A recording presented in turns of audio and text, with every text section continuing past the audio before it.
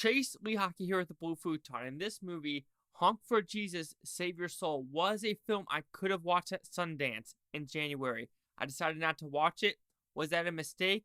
And was it okay to wait 9 months to watch this? Let's find out.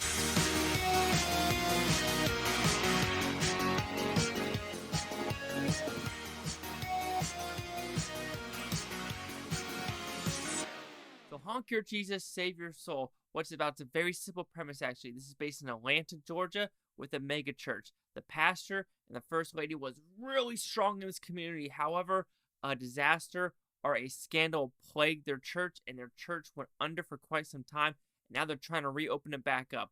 But in the meantime, in the same vicinity, another church is opening up with the old members, as well as marriage problems. Will they be able to solve it throughout this movie? Let's find out. So before going into this movie, I did do a little bit of research about the director and writer. This is her first time directing it. She was based in Atlanta, raised on these Atlanta mega churches, so I'm going to deal with her style of filmmaking as well as what she has known from the past. Just like with Midnight Mass, he was in a Catholic church. I was raised Roman Catholic, and so my type of church I went to growing up was more, no instruments, quiet, calm, collective, and these are more eccentric style of churches. So I'm not used to that culture. I did go to one of the churches when I was in Lackland, basic training. You got to get away on a Sunday. So yeah, that's the only time I did it. But to go to my personal life, did I like this film? This is a very unique and different film that has a lot of messages, and I do think connects on most of them. But however, I do find some nitpicks with this movie. Here are the nitpicks, or if you call them negatives. The pacing. This is about an hour and 45, 50-minute movie. I say trimming off 10 minutes would have done a lot better.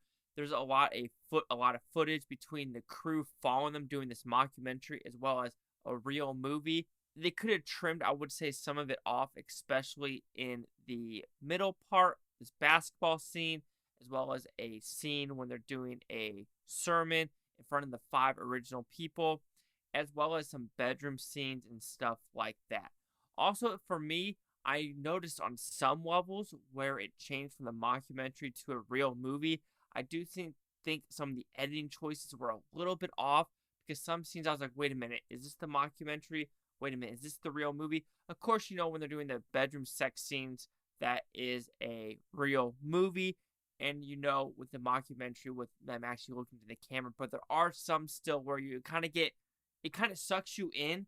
Then you kind of forget, like, oh shit, this is sucking me in. Is this the real movie I'm supposed to be watching? Or is this part of the film crew I should be watching?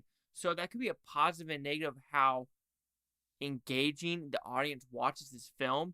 But also could be like, oh shit, I totally forgot what angle I'm supposed to look at this through. Also, there was one really bad edit when they're doing the Honk for Jesus sign. It cut really quick, and it was kind of like startling, like, oh, that cut very different. I don't know if it was the angle of how it was filmed and switching to a real movie to the mockumentary real quick. But one scene, I was like, whoa. And finally, the messaging of the movie. You're either going to like it or you don't. Like I said, I looked at some critics, and I feel like a lot of these critics either hate religion or have nothing to do with religion or have never dealt with religion. And you could tell this director has dealt with it, just like with Midnight Mass, the Netflix one. He's dealt with religion. And they had caricatures in this movie, and sometimes it kind of like took me out of the game, especially with the pastor character. I think Regina played her character a lot better as the first lady in this film. Sterling K. Brown still did a great job, but some stuff in this movie, I was a little bit confused with his angle and if he actually really cared for his wife. So some caricatures you completely agree with, and some of them you think it's a little bit over the top, or you're like, I understand what you're doing with his character, and you want to like portray him differently and have her in a different light. But I feel like you made one a little bit more realistic than the other. That's just my personal opinion looking into it. This movie does make you think about the church culture, religion culture, these mega churches. Like I said, I'm not used to the mega churches, like the Joel Olsen from Houston mega church and all that stuff with the hurricane and not making people go in his church, but the Superdome did. So I know there's a lot of bad rap to these people having Gucci, Prada, Bentleys, private jets, helicopters. And they do bring it up in this story. And now a recent one where a pastor was saying, I don't want your Movado watches from Sam's Club. I should be getting that Gucci. I'm a pastor. I see what money you have. You have that Sam's Club money. So you could like kind of joke saying, oh, this is far-fetched. But just recently, in the past couple of weeks, something has occurred on that level. So, but with the filmmaking standpoint, it's great looking. The acting is top-notch. The directing is phenomenal.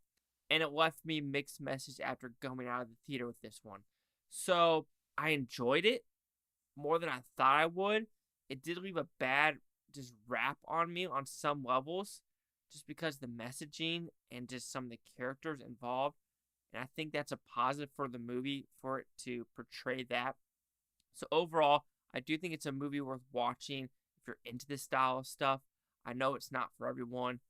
I understand why it sold for $8 million at Sundance to go to Focus.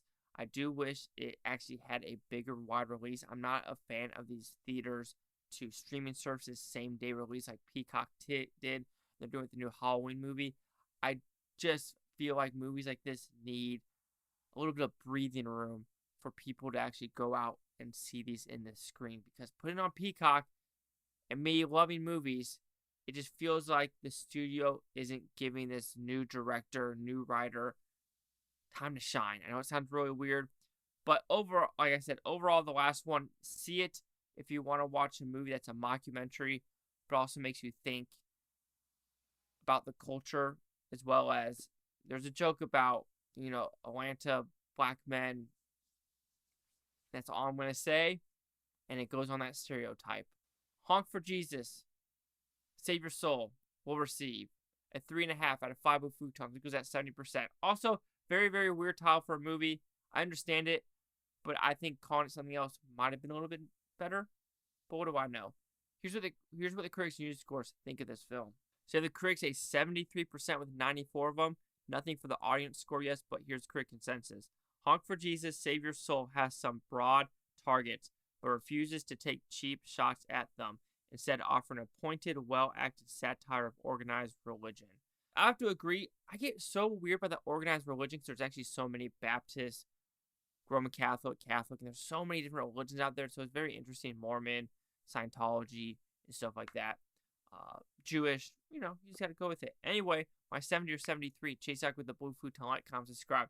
One more thing is Butantopia. You Butonians, thanks for watching. Have a great day. And there's one review I watched where it said Regina Hall, the most underrated actor out there. It's like, who has ever said Regina Hall is underrated? Like, seriously, she's not underrated and never has been. Whatever.